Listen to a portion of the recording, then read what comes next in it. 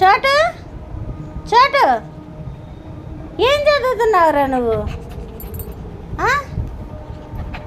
IAS IPS లాంటివి కాకుండా ఇంకేం చదువుతున్నావు?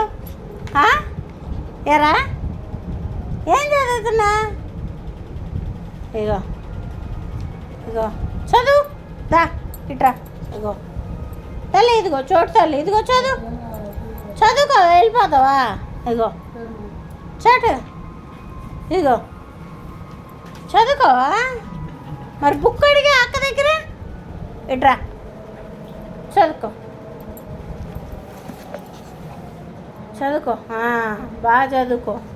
బాగా చదువుకొని పైకి రా.